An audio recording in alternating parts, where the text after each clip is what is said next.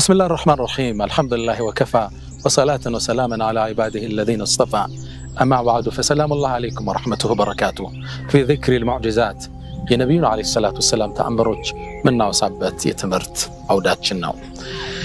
አላህ Subhanahu Wa Ta'ala ነቢያቶችን በተለያየ ተአምራት ልኳል። ለቀድ አርሰልና ሩሱለና ቢልበይናት አይ ቢልሙዕጂዛት አልባሂራት እኛ ነቢያቶችን መልእክተኞችን በተአምራት ልከናቸዋል።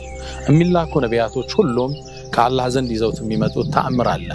ህዝቡ ለነቢይነታቸው ማረጋገጫ መረጃ ያይ ዘንድ ይዘውት የሚመጡት ተአምር ታዲያ ወቅቱን የዋጀ ዘመኑን የመሰለ ማህበረሰቡን አስተሳሰብ የመጠነ ግንዛቤያቸውን ያማከለ ይሰጣቸዋል። ነብዩላህ ሙሳ አለይሂ ሰላም ሲላኩ ሲህር ድግምት የበዛበት ማህበረሰብ ነው። ያንን የሚያሸንፍ የሚመስል ነብዩላህ ኢሳ የተላኩበት ማህበረሰብ ህክምና በጣም የገዘፈበት ነው፣ ያበበበት ነው። ያን የሚያሸንፍ ሙዕጂዛ ተአምር ይዛሉ። ሙዕጂዛ ማለት ማ يعجز عليه الانسان ان ياتي بمثله ሌሎቹ አምሳያውን ሊያመጡ ሚሳናቸው አሳኝ መለኮታዊ ኃይል ማለት ነው። አሳኝ ተአምር ማለት ነው ሙዕጂዛ። ነብዩ አለይሂ ሰላቱ ወሰለም ሌሎቹ እንደተሰጣቸው ሁሉ እርሳቸውን በርካታ ተአምራት ተሰጥቷቸዋል። ዋናው ተአምራቸው ህያው የሆነው ተአምራቱ ቢቀዳ የማያልቀው ቁርአን ነው። እሱ ይቀጥላል። ሌላ ግን የሚዳሰስ የሚጨበጥ የሚታይ የሚዳበስ የሚሰማ ተአምርን ምድር ላይ አላህ ሰጥቷቸዋል። ኢማም ነዋዊ في شرح مسلم ከ1200 ተአምራትን መሬት ላይ ረሱል አሳይተዋል። በበርካታ ህዝቦች ማዕከል ሆነው ፈጽመዋል። ኢማም አልበይሃቂ ኢማም አስባሃኒ في دلائل النبوة የነብይነት አመላካች መረጃ በሚለው መጽሐፋቸው ላይ በርካታ ነገሮችን ጠቅሰዋል። አንዳንዶቹ 7 ትላልቅ ጥራዝ መጽሐፍ፣ ሌሎቹ እስከ 9 ቮሊዩም ጥራዝ ሙጀለድ ድረስ ስለሳቸው ተአምር ብቻ ምድር ላይ ስለፈጸሙት ዘግበዋል። እነሱን እያወሳን ነው። ይህን ተከታታይ ትምህርት እየተመለከትን ነው። ዛሬ ደግሞ አንድ ልክ እንደ ቁርአን ሕያው እስከ የውመል ቂያማ የሆነን አንድ ተአምር ጠቁማቸዋል።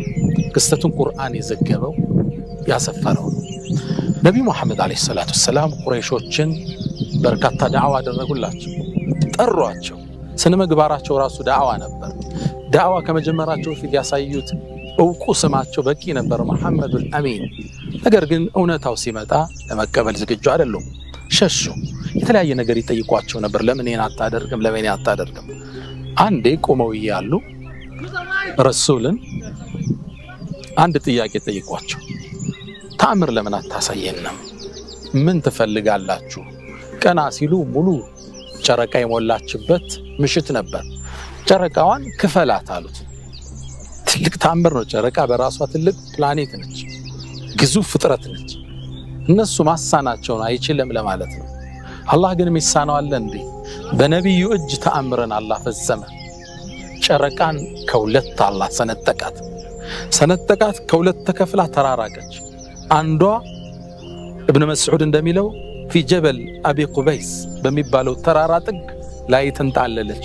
ሌላ ቦታ ተንጣለለ። ይሄ ፍጥረተ ዓለሙ ላይ የተከሰተ ግዙፍ ክስተት ነው።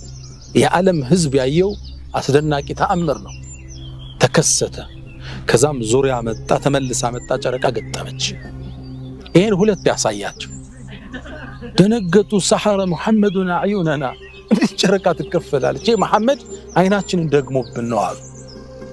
በዚህ መሸሸት ሲፈልጉ ከመሃላቸው አንድ ቃል አለ። ለምን እኛን አይናችን ደግሞብን ሊሆን ይችላል? የጨረቃ መካፈል ግን የዓለም ተአምር ነው። እስኪ ለንግድ የወጡ ወደ ሰፈር የወጡ የተለያዩ የቁረይሽ ጎሳዎች አሉ። ወደ ሻም ከፈለው፣ ሌላ ወደ የመን፣ ወደ ተለያየ ዓለም ክፍል ሲመለሱ እንጠይቃቸው ተባለ። ቀኗን ጻፉ። የተለያዩ መንገደኞች በመጡ ቁጥር ቀኗን እየጠቀሱ ምን በዚህ ምሽት አይታቸዋል ይሏቸዋል። ሁሉም በአንድ ቃል ጨረቃ ተሰንጥቃ ስትገጥም አይተናል። ከየመን የሚመጡት ይጠይቃሉ፣ ተመሳሳይ መልስ ነው። ወደ ሻም የሄዱት ለንግድ ይጠይቃሉ፣ ተመሳሳይ መልስ ነው። ወደ የትኛውም የዓለም ክፍል ከመካ ውጭ የነበሩ ከመዲና የሚመጡ ሰዎችን ይጠይቃሉ፣ ተመሳሳይ መልስ ነው። ከዛ ምን አሉ? አመኑ እንዴ?